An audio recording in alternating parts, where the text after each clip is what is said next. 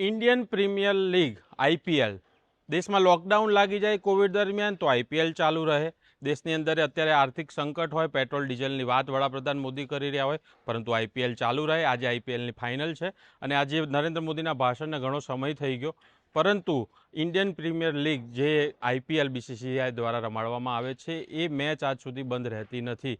Petrol ડીઝલની વાત કરીએ તો ખેડૂતો લાઇનની લાગી છે, ખેડૂતો પેટ્રોલ માટે વલખા મારી રહ્યા છે, ડીઝલ માટે વલખા મારી રહ્યા છે, પરંતુ આટલી મોટી ઇવેન્ટ જે થઈ રહી છે તેની અંદર લોકો દેશભરમાંથી મેચ જોવા આવશે અને સાથે સાથે ટ્રાન્સપોર્ટેશનની વાત કરીએ તો એમાં ડીઝલનો ઉપયોગ થશે, એમાં પેટ્રોલનો ઉપયોગ થશે। આટલી બધી લાઇટ કે જે સમારંભ થતો હશે એની અંદર પુષ્કળ પેટ્રોલ ડીઝલ વપરાશે, વીજ વપરાશ થશે। દેશની અંદર સંસાધનો બચાવવાની વાત છે તો એની વચ્ચે જ્યારે આટલી બધી પરિસ્થિતિ આ પ્રકારે હોય ત્યારે શા માટે આઈપીએલ જેવી મેચ રમાડવામાં આવતી હોય છે। આ પહેલાં પણ જ્યારે આપણે જોયું કે દેશની અંદર જ્યારે ભારત અને પાકિસ્તાન વચ્ચે સંઘર્ષ ચાલી રહ્યો હતો એ દરમિયાન પણ ભારત અને પાકિસ્તાનની મેચ ચાલુ રહી હતી। તો શું દેશ પ્રેમ, દેશ માટે કંઈક કરવાનું એ દેશના ફક્ત જે સામાન્ય નાગરિકો છે, ખેડૂતો છે, આ લોકોએ જ કરવાનું? શું આઈપીએલને આ નિયમ લાગુ પડતો નથી? શું બીસીસીઆઈને આ નિયમ લાગુ પડતો નથી કે શું? તમારા શું મંતવ્ય છે? અને અત્યાર સુધી આપણે વાત કરીએ તો અત્યાર સુધી બીસીસીઆઈના અધ્યક્ષ જય શાહ હતા, તો તે દરમિયાન પણ રમાઈ હતી। શું